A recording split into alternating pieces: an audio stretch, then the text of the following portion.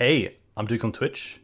If you want to support the channel and greensunzenith.com, you can find my Patreon, merch store, and singles store where you can buy singles through TCG Player or Card Hoarder in the video description. If you want to get in contact, you can also find all that info in the description below for things like donation deck lists or just wanting to reach out. Alright, let's get right into it. Hey, welcome back to Dukes on Twitch. Back today with the final installment of the Eternal Weekend 2023 deck techs, but this time with a guest that probably needs no introduction and definitely is not saving the least to last, the best to last. We are saving the best to last. Mark, welcome. Hope you're doing well. Very cool to have you back on the channel. I'd say, and thank you. I'd say you've seen the best. Now see the rest. Okay, nice. Yes, that I don't know. That gets By you unpopular demand. You are playing yourself in Eternal Weekend next weekend. I am, yes. Very cool. How far is it for you? So traffic is big. I'm living in the DC, Baltimore area, and I'm looking at about 4 hours if I leave at the right time and drive it. I'm such a procrastinator. I still haven't booked a hotel or any of that stuff. So Nice. Let's play video cool. games instead, right? Yeah. Are you someone who usually tries to go with like a crew, or do you like to just rock up by yourself and just do your own thing with people if you meet up with people? Good question. So I've been caught so often in my life not having a car or not being the person driving and being stuck in places that I just bring myself, and I don't mind bringing other people, but the thing is, like, I'm one of those people where, like, if I go 03, I'm not gonna do side events and stuff. Like, I'm probably gonna leave, which I'm not saying other people should do. It's just like I'm like, shit, I should be home. I should be getting a workout in. I should be, I don't know, getting some work done. It's just, it's so hard for me to, like, after I do poorly, to just like not go home and to stick around. That's fair. Yeah. I think a lot of times, even myself, I find myself like salvaging like the afternoon and being like, I can make use of the afternoon instead of trying to like, get back to like 3-3 or pick up a side event here and there. So I understand that play. Are you pretty excited for it? It's probably the biggest legacy event America has. It may be. It feels like work. Like, if you told me I was going to go like to a water park, that's one form of like excitement. Magic the Gathering, especially a high stakes event where a bit of my pride, a good amount of investment, um I wouldn't, it's fun, but it's such a big commitment, and it's so much like I'm gonna eat like 3 personal pizzas or something terrible in a convention center. And it's just like it's gonna be a setback in like so many other ways, like my nutrition, my money. It's like this feels more like a calling than like a fun. Like I am kind of a tryhard in my own way. It's like, I don't know, maybe I need to shift my perspective. How about you on that? Like, when you go to these things, like, do you feel like you have to perform? Is this like a get yourself up and go kind of thing? It can be tough. I think it's like a really nice challenge, especially at a big stakes tournament. Like with the Eternal Weekend as the example, I saw Roland recently post yesterday that I think just under 900 players have registered for the North America Eternal Weekend, which is pretty cool.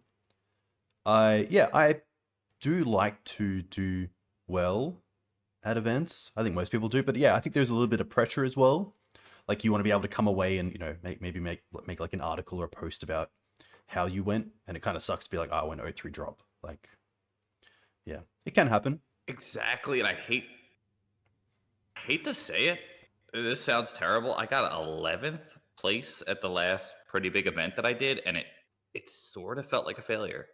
It felt almost like a break even. And I know statistically, even if I was the best player playing the best deck, 900 people, 8 out of 900 make it. That's less than 1 in 100 chance that if everybody were even skilled, even decked to make it, and to be like upset about it is like so stupid. But I would get upset. Yeah, no, that's fair. It's such a weird. Yeah, I want to win, man. I want to win. Yes. And you've been tuning the deck in front of us for a pretty long time. I would say that you've kind of made it your own archetype, where you have green, white, red Maverick or Punishing Maverick. I call this Maverick, as in Mark Maverick, which I think Urza Saga, the inclusion of Urza Saga is probably the biggest change, being kind of, in my opinion, kind of like a fourth color in being colorless. But yeah, it's been really cool to watch your streams, watch your activity via the Discord, and just see how this deck has kind of evolved, especially now with cards like Legolas's Quick Reflexes and 4th Aerolingus. Yeah, have there been any cards that you like? Wrenn and the Realmbreaker, I feel like was a card you tested out and it's just been in there since, so you've obviously been pretty happy with it. Have there been any cards like that that have kind of been more impressive than you might have originally thought? It's a good question. So to answer that direct question, I'd say a card that I've been tinkering with.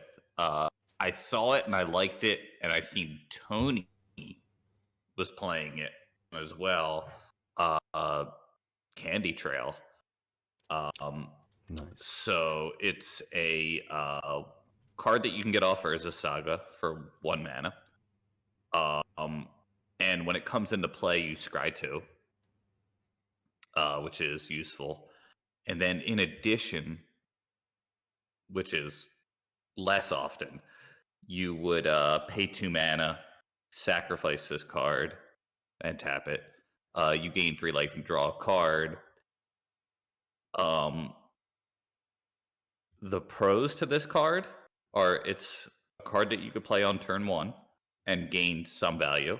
Scry is very nice. Paying 2 to draw, whereas say Pyrite Spellbomb or Soul Guide or 1 draw is not great, but the 3 life is nice. I have liked this card enough to keep playing it, but I don't know if I'm sold yet. The highlight, I think, would be fetching it against Doomsday and finding a Pyroblast and an Endurance on top and cracking it to draw into that was probably about as good as it gets. That's cool. Yeah, you can actually set up what you draw off it, which is cool.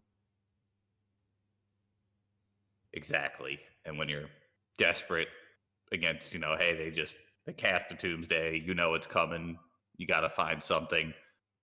And also, like, Needle might shut down one of the cyclers, but it's probably not going to shut down much. So it's nice in those situations. Still worth a test, but I'm not completely sold. Yeah, no, that's fair. I do love your little testing with different hits. I know for a little while you had Pyrite Spellbomb, I think, as a target. Oh yeah. I go back and forth, and I really encourage, if there's anything that I could tell somebody, not only to kind of try to brew your own thing if you get enough reps in a format and you're comfortable, but change cards around. I think there's an insecurity that I once felt of, if I don't do well, then either I suck or people will think I suck. And if I don't get trophies, then whatever, I'm not good, or nobody will think I'm good, or whatever you're trying to prove to the universe. But, try a card that you're not sure about. And if it sucks, it sucks, and you move on. Or maybe there is something there. And I think builds, sideboards, tech. Of course, you don't want to play like Eager Cadet or something, but anything that's reasonable, just like give it a shot and see how it goes. Another card that I've been trying again is Mazavith in the board. Do you think it's fair to say that about a year or two ago, you would have called Maze of Ith perhaps a 62nd or 61st card? Yeah, I think it comes to how people. Yeah, I think it's like a flex spot. I know some people have been like caught out by bringing in against creature decks with like Wasteland and having like a really hard time and then just kind of moving away from it. But I generally find I'm currently on like I don't like it against the decks with Wasteland, and they're the decks that usually have big creatures. But at the same time, it's really good when they don't have Wasteland. It just buys you so much time. Like to keep a troll or a Murktide at bay is really sweet. You do have your own little tweaks as well, where you can like untap a knight post combat. But yeah, it's a tough balance of like how am I feeling right now about how much damage it's keeping kind of on the table versus how many times is my opponent just like waiting to kind of like alpha strike and like play a Wasteland pre-combat or something. I think that's a good analysis. I think the other factor that I want to mention is before Modern Horizons, as an example, I think that card was on the verge of being in many decks and has been like a consideration. And I think since Modern Horizon, from say a 61st or 62nd card that you would play if you just had another slot, it's probably closer to like a 65 or 66. But the synergy with quick reflexes, in addition to, I want to say, every point that you just made about like it being very situationally good is why I'm testing it again. But it's mostly the quick reflexes card. Yeah, I think So for Uro those was who a. don't, Sorry, you finish. Uro, good point. That was kind And of when Archon as well. Yeah, that was when I kind of switched away from it because a lot of creatures were getting value just on attacking, not actually like dealing damage. But Exactly. The synergy here, and again, I'm going to be testing a Scrib Ranger at some point, which is an old favorite. Is imagine it's the beginning of your turn and you have an active knight and you have a quick reflexes in hand, and you also, I think, need at least 2 forests to make this happen. 2 forest plains, I should say, forest or plains. So you tap your knight, you fetch up, say, Maids of Ith as an example. Then you cast Quick Reflexes. Knight untaps. You then proceed to combat. When you attack, Quick Reflexes will trigger, and you'll get to, deal damage to a creature. Then, if the attack is a bad attack, let's just say there's an even bigger, more menacing card looking at you, like a giant Murktide. You can then untap the knight with your Maze of Ith before damage or after damage, and then tap your knight again to just fetch up another card. And you could theoretically kill 2 creatures with quick reflexes. And if you want super style points, you have a maze and a Scrib Ranger and the necessary lands, you could theoretically do it kill 3 times. 3 creatures Yeah. Yeah. Or even if you have a 4/4 knight and they have a 8/8 Murktide, you could use the first quick reflexes to deal 4, and then Maze could deal the other 4 to kill it, which is kind of cool. True. Yeah. There's a lot of synergy, and I think Maze seemed like such a small include for that upside. And I know it's asking a lot to not only have a knight, but then to have a knight with a quick reflexes in hand while the knight is active, and in addition, having enough sacrifice targets to activate the knight twice while having a Maze of Ith. I think 'Cause you I need, keep like, forgetting about the reach part as well. me too. Yeah. I conceded a game too early because I forgot about reach, and I could have bought myself a turn with a construct with the Shadowspear on it against a Murktide. But it happens. Yes. Yeah, I guess like when you look at this deck as well, for a Maverick deck, you have a pretty large amount of non-creature spells, especially if you count the sagas as well. You also run 26 lands, which makes sense because you do have 4 sagas in there as well. Do you feel like this deck plays a little bit different to traditional Maverick, where you do have a bit more removal and a bit more kind of you have like a secondary way to attack, even though Wrenn and Minsc create creatures. It's nice just to have them on the board developing value over time. Yes. So the first thing I'll say is this list, and I did get a 5-0 with it, is I've since been tweaking, and I'm not saying I'm totally sold, but I've been more on the traditional 3 nobles, 1 bird, mostly to support the quick reflexes. So Exalted with quick reflexes, I'm building into quick reflexes with those card choices.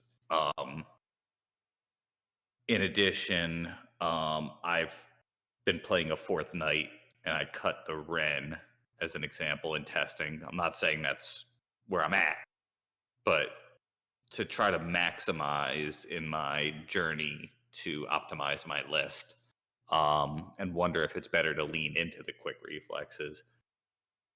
That card plays pretty well with quick reflexes, but not great. So the cool thing is you would create a hexproof land.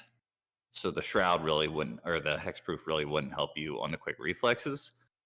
But the cool thing about lands, and this land has vigilance, is you could then tap the land to deal 3 damage by adding mana to your mana pool. So there is some cool utility there. Yeah, that is very cool. Yeah. And I think that the question is, and I think like if you were to talk to Harry, I think Harry wasn't too keen on like, hey, let's build a deck around quick reflexes. Let's take quick reflexes with what we already know works and just add like 1 or 2. And that probably is the right mindset. But I think it's still a healthy exercise to challenge that and go, should I be playing a 4th knight instead of a cool planeswalker that sometimes is better than knight, you know? Yeah. So what I'll say is I'm the only person really testing this for the most part that I'm aware of. And I think quick reflexes is good enough to play. I don't know if it's good enough to tweak your deck to make better, except maybe adding the nobles at this point, going 3 noble, 1 bird, which might have been better to do anyway. You know, it's like, it's playing the halfling because Halfling didn't die to Bowmaster, and Halfling can play the walkers sometimes and make them uncounterable. You know, it's all situations. It's probably less consistent, but it's still a pretty cool thing you could do, you know? Yeah, I do like that you've stuck with it to like actually give it a good go and test it out. And obviously it's reaped rewards here and there. Yeah, I think the deck's really good. I think you have to know, you have to lean against something. So if Bean decks, let's just say the pokey pile that he's been playing, which is like Bug with Bean. I feel pretty good with this deck against something like that. I feel like I could keep up with Black. But when they start playing Terminus, you start going like, all right, do I really, Gaddock Teague and Boo and Fourth line up really weird against Terminus?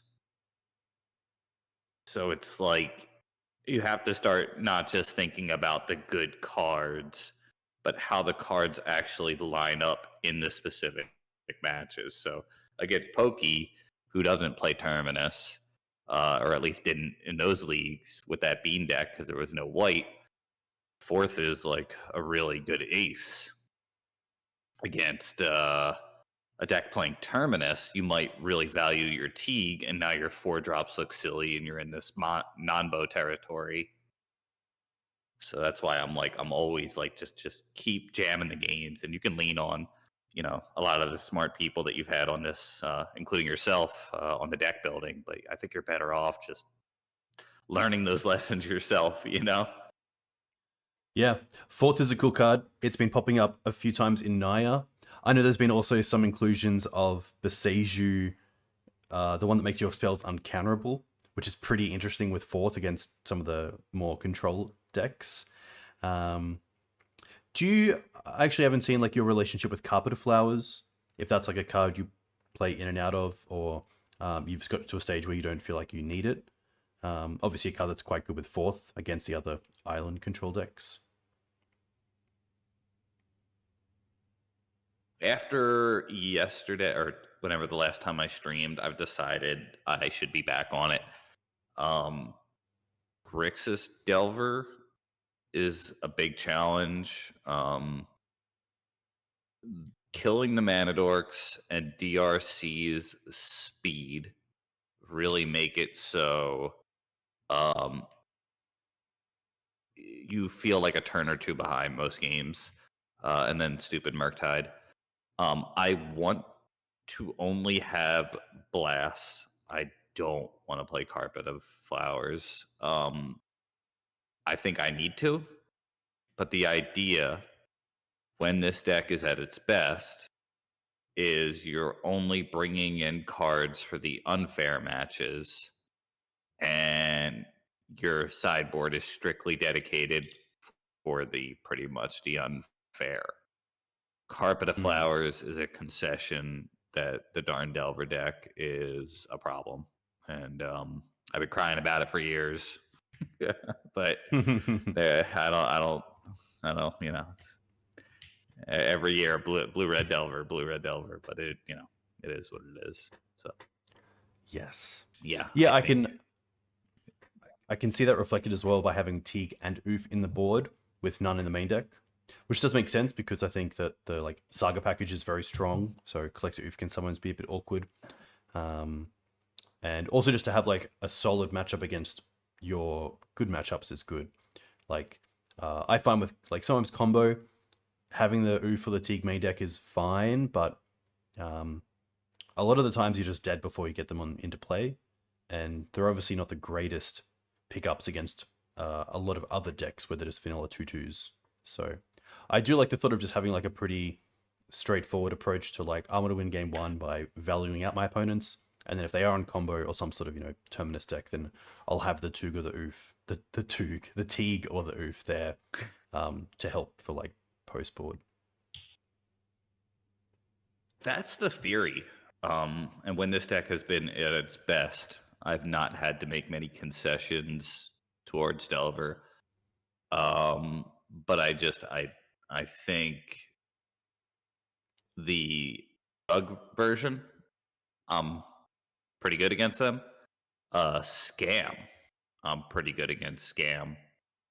The combination of DRC getting out of range of Punishing Fire, in addition to Bowmaster killing your mana dorks, on top of whatever other Delver issues, Wasteland, Days, I hate Days so much, and Murktide. That Grixis version is a real problem for me. Mm. And I really think Carpet is the answer. Carpet's not bad against Control. Carpet's not bad against certain combo, but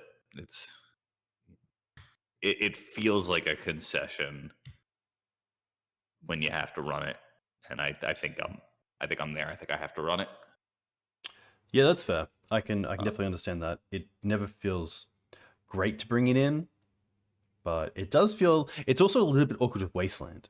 Like if you have a carpet hand, but your opponent like misses their second land drop and they have a Vulcan play, like, do you? Like I assume you should, but there's always that little like, I don't want to Wasteland them because I want to get them the mana off carpet.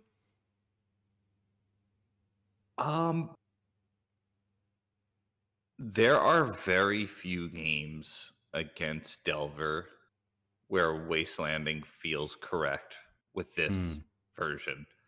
And I still fall for it. But shout out to Harry here.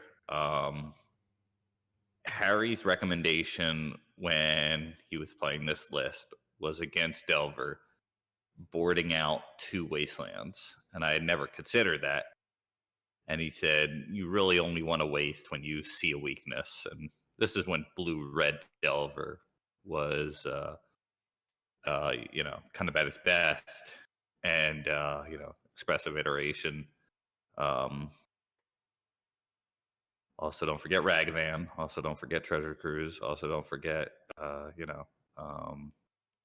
right, sorry, I'm salty. But, That's all good. yeah, taking out the Wastelands, 2 Wastelands, and just going like, look, it's just not worth it to waste them, I think is right unless you really see the weakness. So no Thalias, meat in addition. And I wanted to mention something about Thalia. I played Thalia. I got like a second place at a big event in 2019 playing Thalia when the Breach deck was big. And something I always felt uncomfortable with, and I'd like to hear your perspective on it. When do you go Knight and when do you go Thalia? And I think that's one of the things that, like, my instinct are to always play the curve to spend all my mana. And when you want to go Dork into 3-drop, Thalia was always like tough. Like if this is a Storm guy next to me, it's this dude's always Johnny combo players across. But when it's like you're on the blind and all you saw was like maybe like a Flooded Strand Ponder, or maybe not even a Flooded Strand Ponder, maybe just like a Flooded Strand or something. It's like it feels like on the play you want to slam the Thalia, but on the draw it's like it was always like a tough decision for me. Maybe it shouldn't have been that tough, but that was always like same with like Green Sun Zenith for Teague. Like you have the chance to play a Knight as an example, and you have Teague main deck, and they just did like they didn't play Preordain, they just played Ponder as an example, or maybe did nothing. How do you know to even get the Ouphe or to get the Zenith for the Teague? And I just it's one of the reasons why I stopped playing them in the main deck is like unless you know the person at the LGS, it was always so hard for me to make that right choice. Yeah, no, I've definitely been there, and I think it comes with the experience of just like playing out those matches where, say, you've played against the Flooded Strand Ponder Pass or something like 10 times, and 6 of the games where you've played Thalia first, you've won, and 4 where you've played Knight, you've won, then like just in the back of your head, you might be like, okay, Thalia now. Or even like Days. I feel like Days can have some really bad effects on like future games where like you play around Days too much, you respect Days too much, and like sometimes it's just right to slam into it, but it never feels great to have like your Knight dazed on turn 2. It always feels pretty good to have it land, especially if it's a 4/4 after 2 fetches. But yeah, I think that's something that will come with more experience with the deck for newer players, knowing that with Green Suns, typically you have to set up for the next turn. So like, you know, getting Ouphe into play before your opponent goes off with like some 8-cast stuff, or getting a Taiga into play to turn off your opponent being able to natural order or Green Suns himself. It can be pretty tough because it always feels terrible when you go for one and then you find out you've, you know, mismatched the matchup and it's just a vanilla 2/2, or you know, like if Knight would have been or better. the opposite, you know. Yeah. Or you could have Green Sunned and got Teague, and then they hit you with ad nauseum, you know. Yes. Yeah. I Or think you that's, then like, draw the like your other worst Green feeling. Suns and your Minsc, and you're like, okay, this Teague is actually doing a lot for my opponent, turning off my spells, which can be pretty brutal. I think something very It's similar. like, You go, and then I'll finish off. I just think it's like one of the things I miss about the paper community when I would play a lot is often not only do you know who you're playing against for the most part, like you can't just go to GoatBot at your LGS and just go like, I'm Reanimate today, you know. You know, you have to own those cards, but in addition, like the conversations, if you want to get good at the game, in my opinion, like really good at the game, you have to have those conversations of like, when you did X, you could have done Y, and not take them personally. You know, like I'm a Terminus player. Yeah, Terminus was gonna hurt you, but think about what's in my hand. You know, like they're playing 4 prismatic endings as an example, or whatever. Like, or should you have waited to have something to protect first, and then you can have that conversation with the opponent.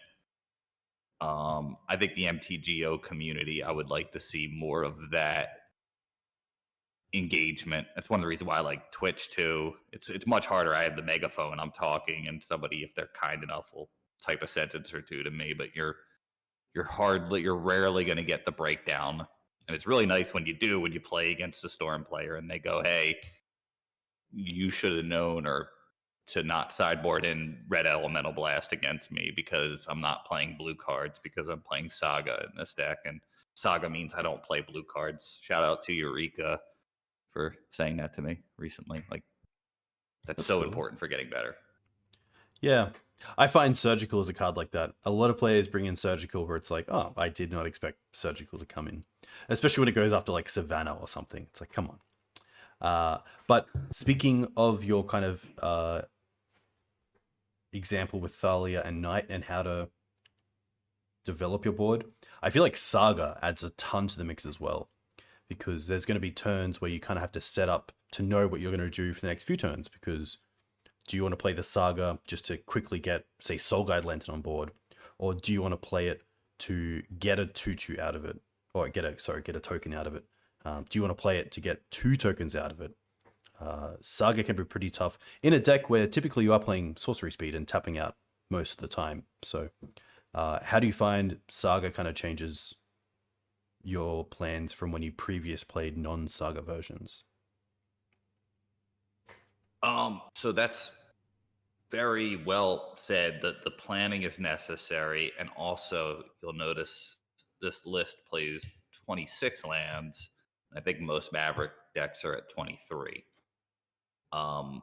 So the deck building here, and this did not come from mathematics, this came from trial and error, was if you take an old Punishing Maverick list, pretty much you replace either Bayou or Plains. It was Bayou when it was Deathrite Shaman, and it was Plains when it was Thalia. For and Horizon Canopy. So you're replacing Horizon Canopy and either Plains or when it was Deathrite Shaman's Bayou for Saga and a 4th Wasteland. So you're exchanging 2 colored mana sources, and you're adding 5 non-colored mana. Does 5 equal 2? I don't know. I've done pretty well with the deck.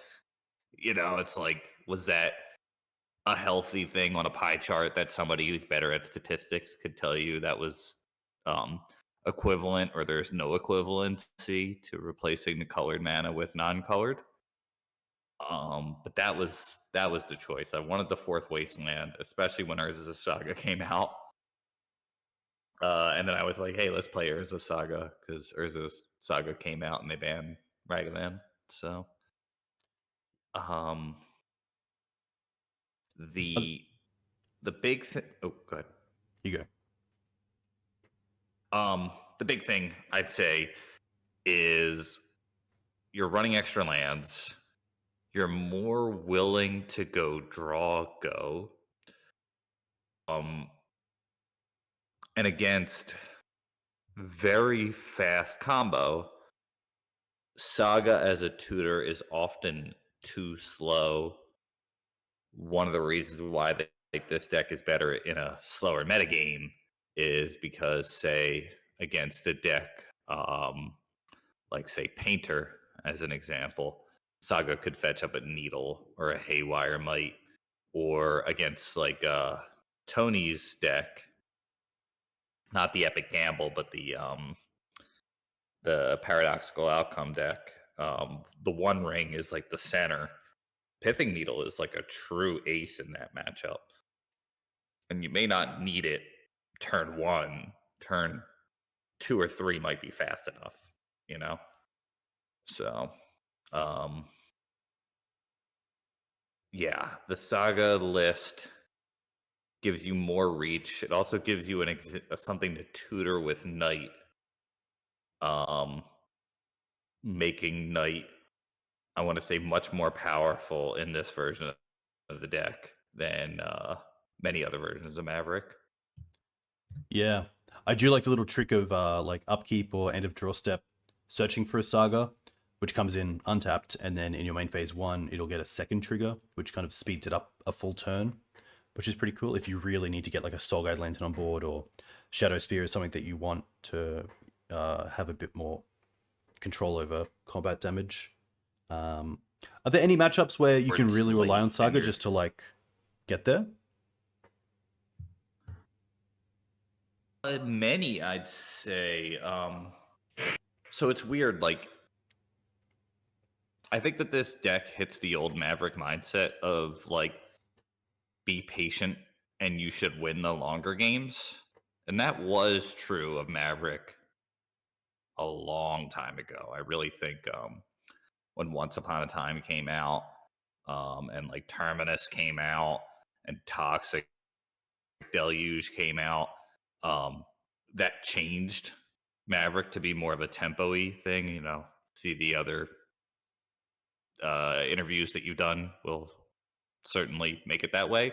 I'd say this is more homage to the old one, the old list, which is stabilize and then win with incremental advantage.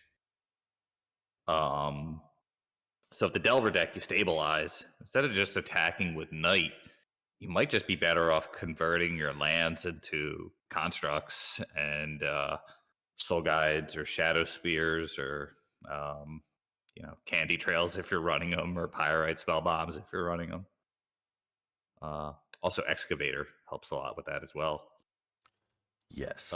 In fact, I would say I more often use Excavator to put a saga back into play than I do waste. Not on purpose. It just seems to more line up that way. Yeah, it makes Excavator much better too. Yeah.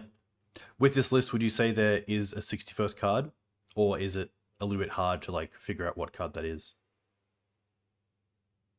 We'll call it a 60-second if you look close enough. It is a 61 card deck. I'd say that there's about 8 to 10 cards that'll come in and out. So in no order: Pyrite Spellbomb, 4th Night, 4th Endurance, Candy Trail, Maze main deck, Collector Ouphe main deck, 4th main deck, Mawloc, which should be in the darn deck. Stupid Maverick Online.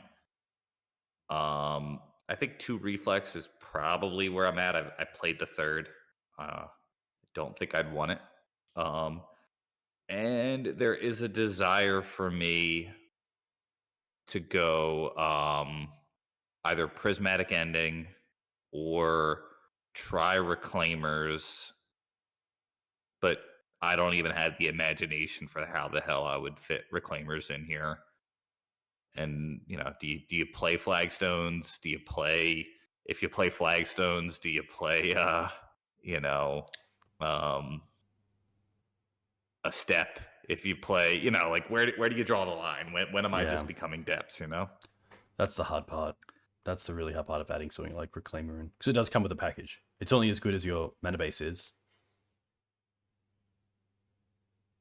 Yeah, you have more experience with it. Like Mom is probably like the easier thing, or like, do I play a 5th mana dork, or it's like there's so many things. Grist, do I somehow squeeze a gosh darn Bayou in over like one of the sagas and play a Grist? It's like, yeah. I was having and that then discussion if I play with, a Grist, do I play more Halfling? Yeah, exactly. I was speaking to Clips about Green White Maverick, which I think a lot of people don't play just because it's quite easy to splash a color, and talking about like you could splash a Bayou for a Grist, but then if you have Grist, maybe you want some Thoughtseizes in the board. Like once you start adding a color, it's very hard to just splash for like 1 or 2 cards.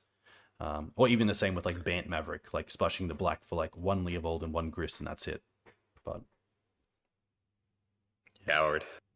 No, I'm joking. I mean, here's what I'll say to that. First thing, Clips for life, real good dude, real good player.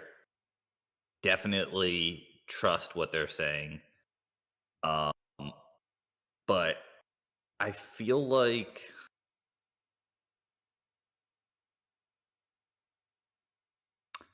when the meta is fair, and what I mean by fair is I mean balanced. I think you can get away with not being greedy. When the meta is not balanced, like there was a time period when Oko was legal and I was fitting Oko into this deck. And I really think I was better off playing Oko than not, because Oko was just that good that the only way to stop a bad guy with an Oko was a good guy with an Oko. so like that. I feel like we're not quite there. Yeah.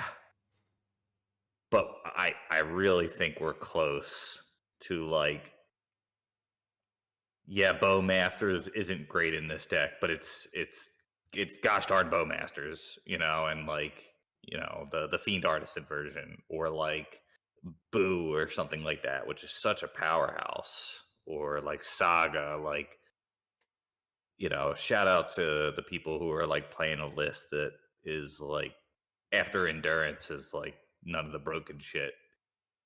I think you can still get a lot of wins with it, but I do feel like there's a compromise, and like I really, maybe I'm just fearless, but like basic lands kind of suck. Like, I'm sorry, it's just Yeah. like if you play a basic land, then like you can't get another. Your green can't cast your white. It's just. Yeah. Yeah. And I've if they definitely waste you, then they waste you. You know. That's, Yeah. I I don't know. think like it's very feast or famine.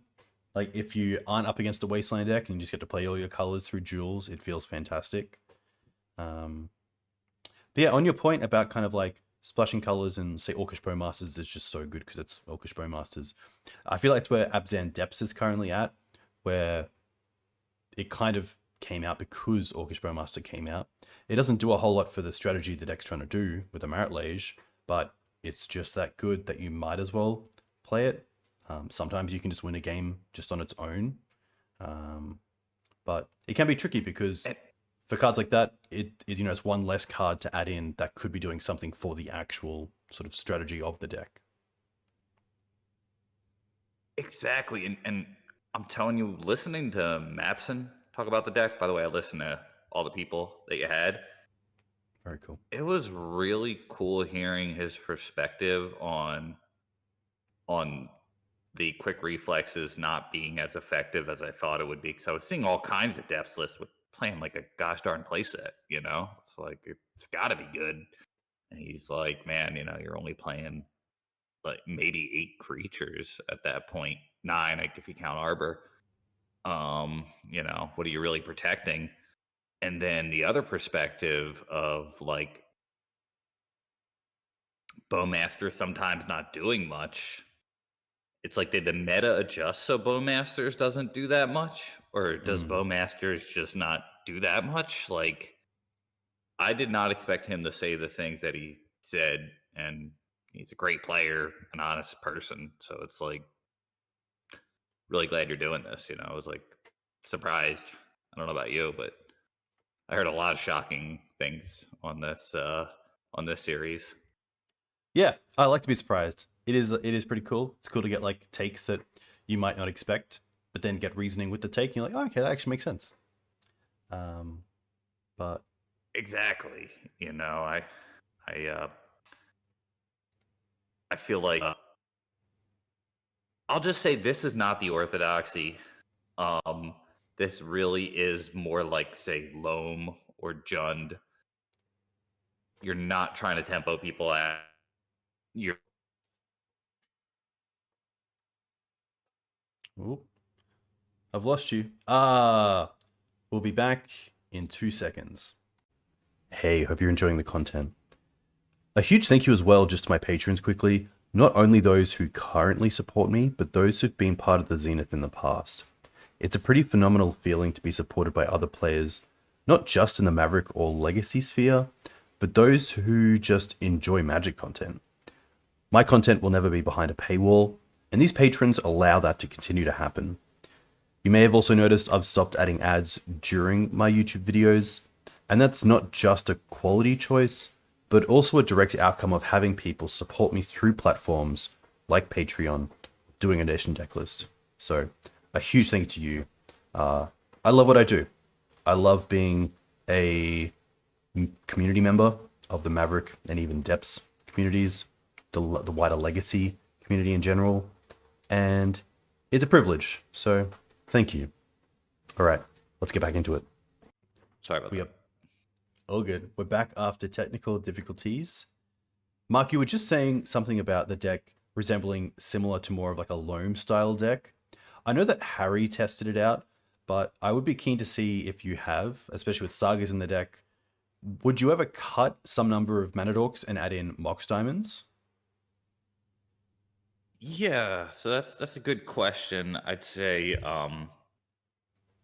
you can't just cut them, insert mana dorks, problem solved. It's definitely like you're going to make other changes in addition. I think for whatever reason, Loam plays less Green Sun Zenith. Would definitely defer to Connor and Ben, aka Kevlish, on turning this deck into Loam. but I've seen both of them play Saga. I think Ben likes it more than Connor did. What you're saying, but is that you would say that you wouldn't just add Mox Diamonds to Maverick. If you added Mox Diamonds, you'd probably do better overall if you actually shifted the whole deck towards more of a loam style deck and make multiple changes than just like, nope, Dryad Arbor, Noble Hierarch, Green Suns, and then 3 Mox Diamonds, and I'm set. Bam, yeah, and I've done it. I've done that exact thing of like, especially shortly after Bowmaster, to be like, hey, let's just change it up, and it's clunky. And I'm playing 26 lands already, so it's like you'd think it would just be like as easy as like plug and play, and it's not. Yeah. Would you have any sort of tips for someone picking up this deck for the first time? Yes. I'd say you take the rule book, right? This is the rule book for how to play Maverick. You throw it in the trash. Nice. You take this list of the orthodoxy, this list right here, shred it up. You don't need it where you're going. You're playing the best deck in the format, all right? Nice. And what you do really is you think long term. You go, does this hand function? And you keep it based off of like, can this hand reasonably function? In addition, Saga is a big setup card. Saga is a threat. Saga has 2 modes, and I'd say that's the biggest difference for those who are like familiar with Legacy who would pick up this deck. It is you're playing 4 drops and you're playing a lot of 3 drops. Not making constructs with your Saga might not feel good, but you're not losing if you're getting to cast your spells, because Saga's kind of in the place of like a threat. Like 26 lands is a lot for a Maverick deck. It's kind of like a threat and a land. So, sometimes you need it to be a land. Sometimes you keep like a 2-lander or a 3-lander, and you get wastelanded, or your mana dorks get bolted, and you're like, thankfully this card says tap to add. Who cares about the constructs? I need mana. Yeah. Fetching the basic is often a mistake. Not always, but it's often a mistake. The good thing is if you fetch a basic, you could play a Saga turn 2 and not worry about them wasting your land, and then you just have Saga in play with no Ancient Tomb, and then you sack your Saga, and then you have like no lands in play. Yeah. That's the advantage to fetching a basic, but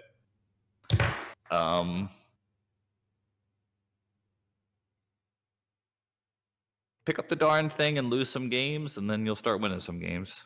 That'd be my advice. Yeah. Honestly, I think if I could tell anyone about Maverick picking it up, I would say put it together and then go lose some games. Because you're gonna learn so much about the deck if you lose games and you understand why you lost the games, than if you're winning games and you're kind of just not really understanding like why you're winning games, other than like, oh yeah, I had creatures on board that dealt damage. Like there's a lot from losing. That if you pick up the learnings, one thing I should do more is actually go back over my games. That's a big one. I feel like watching your replays is huge. Like, luckily you have chat, and I think most of the time, if not all the time, when you play your stream. But, like, the ability to go... The biggest misplay that you make is the one that you never know you made. Dude, you miss 100% of the shops you don't take. Yeah, you got Wayne Gretzky. But like, think about it. If in a $10 event, you accidentally, I don't know, you missed your land drop. Like, you know better. That feels bad. But what about the line that you didn't see because you're playing Scrib Ranger again, or that you didn't realize, like, wait a minute, the interaction between these two cards works this way, such as, like, I don't know, Shadowspear and Force of Vigor, against, like, a Caldra. Or, like, if I just waited for the end of turn when somebody would activate their card. Okay, I'm going to give it a specific example here. Yeah.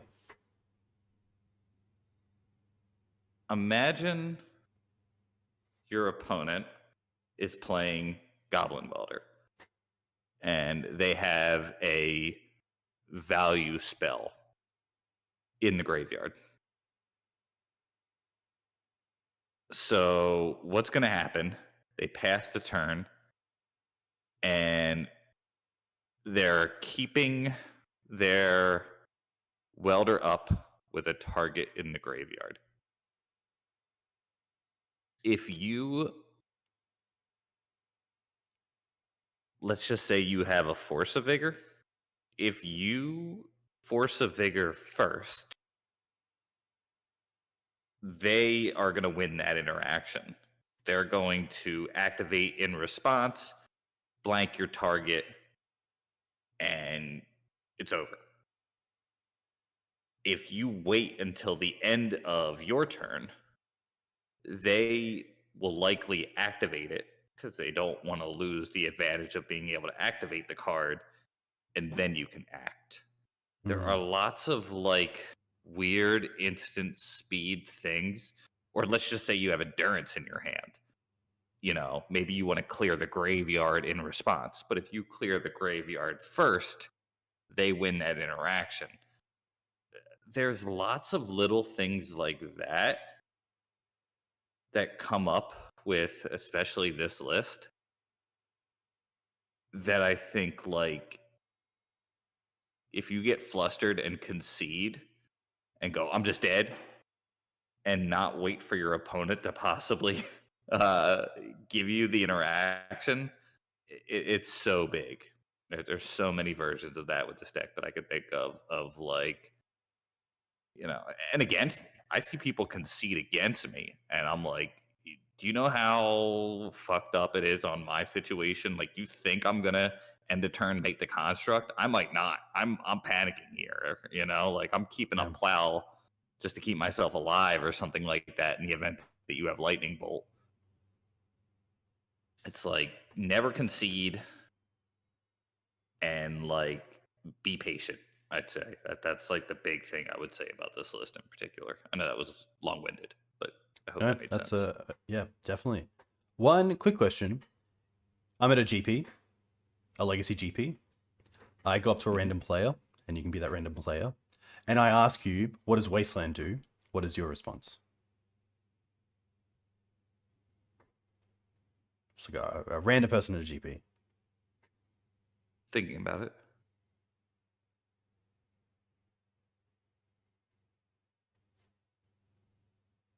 You are saying, like, what does Wasteland mean to me, or am I, like, going to explain what Wasteland does? Yeah, like, if I was like, can you, like, my friend said I should get Wasteland. I don't know what it does. What does Wasteland do?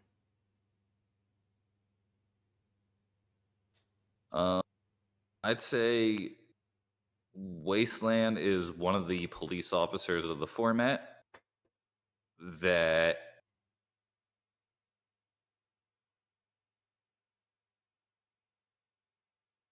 punishes greedy decks, and the interactions with Wasteland are one of the things that keeps the game interesting. Obviously, it destroys target non-basic land.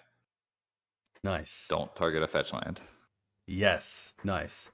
That's definitely what I was getting to, because I think if you asked 100 people, maybe 2 of them would say, oh, it taps for a colorless mana, and you can sacrifice it to destroy target non-basic land. And I think I'm definitely starting to learn that a lot of the time, Wasteland tapping for mana is more important than sacrificing and destroying a basic land. And I think that's very similar to what you said about Saga. And even if you don't create tokens off Saga, getting the mana out of it is sometimes just better because then you get to cast your spells. And I think that I've lost a lot of games against, say, Delver, where I've had 3 mana, 3 cards in hand that are 3 CMC. My opponent's on like 2 lands and missed a land drop. I'll Wasteland them, and then I won't draw a land to then deploy my threats and then just lose because they get to develop a little bit faster than I can. And I think that like a big learning for Maverick as well is like, know that Wasteland taps for a mana. And sometimes Wasteland tapping for a mana is much better than you Wastelanding your opponent. 100%. That's more what you're getting at. I see. I think, especially in this deck, it's so obvious because it's like I'm trying to resolve 4 mana spells. You know, it's like Delver's most expensive spell is a 2 mana 8/8, which is pretty stupid. But you know, it's just you resolve 4. They're trying to resolve 2 at most. You know, it's like if you're wasting, you better have a reason. They missed their land drop, or I'm playing against Scam and I don't want them to hard cast Grief. Outside of that, maybe against Grixis, you're like, I could take them off black, but like probably not. Probably not. Yeah, that's always a tricky one. We're not sure which color to go for. But yeah, I think like don't be scared of an untapped Wasteland. Like don't think it's a lost opportunity that you didn't Wasteland your opponent and you passed with it open. Because a lot of the time, like even like playing around days, like that Wasteland just being that 1 extra land can be a huge bonus. Especially in this deck where everything is 3. Saga 3, Night 3, Endurance 3. I'd say the only time you really want to waste is like maybe on the play you went turn 1 Dork, they went turn 1 Ponder, Shuffle, and then you have Sylvan in your hand, and you're like, and you have other lands in your hand. It's like, the early waste, like I think with like say the version that like Clips plays, or even the version Harry plays, might be worth it. But I'd say even less so for Harry, where it's like you're trying to Fiend Artisan, you know, and it's like you need mana for that, you know. So develop your board is very important. Yeah, you know, like Clips is playing Thalia. You know, versions Achilles likes are much more tempo. When you're not doing the Thalia thing, like Wasteland is almost more often tap to add, or like kill Saga, or like kill Dark Depths or something, you know? Tabernacle. Yeah. Great points. Mark, a pleasure. Do you have any closing thoughts?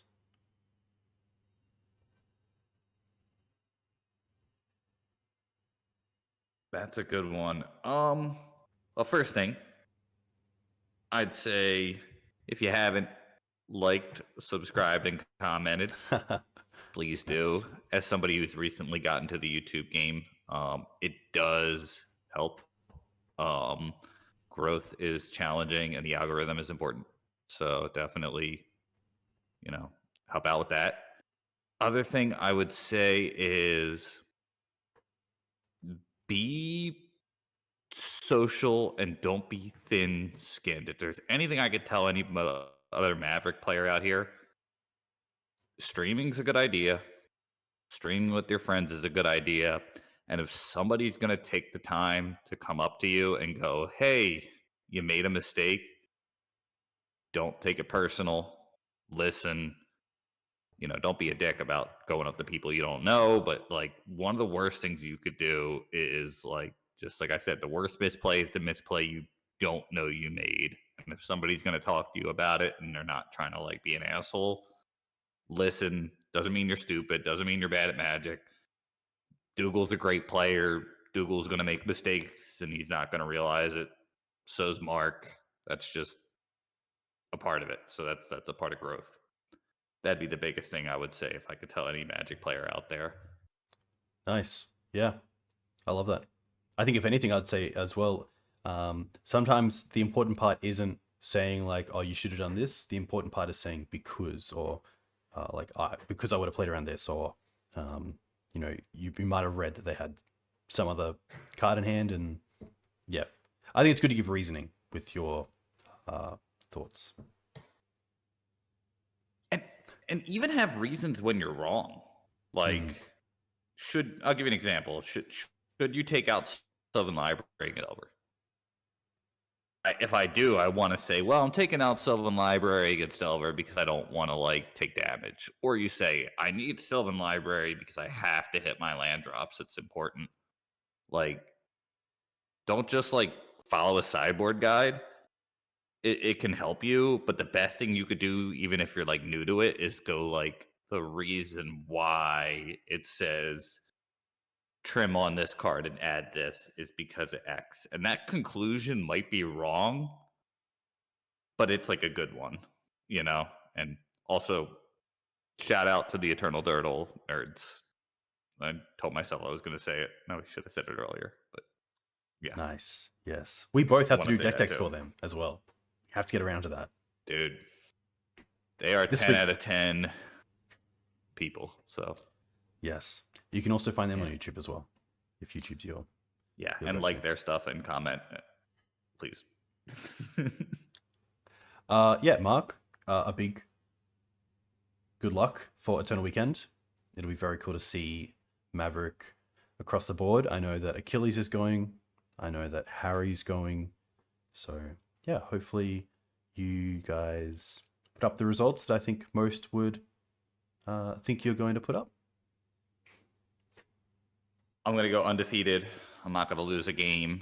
It's going to be like a 13-0 in the Swiss, or however many rounds it is, and then no losses, and then it's going to be like a 6-0, not one game dropped, just easy street. So nice. Yeah, that's the future. Very cool.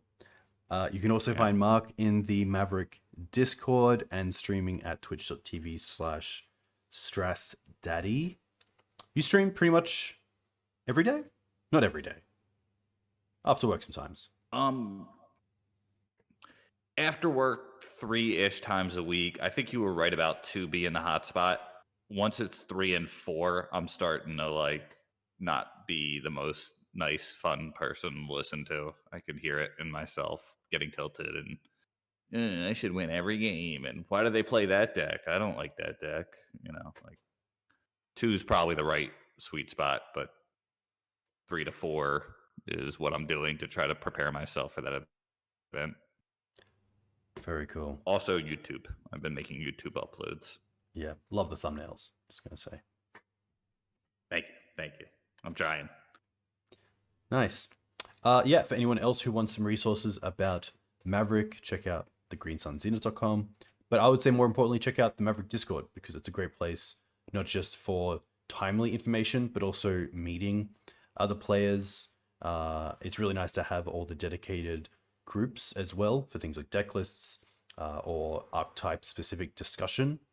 And yeah, it's just a good community. I feel like everyone's very open to constructive criticism.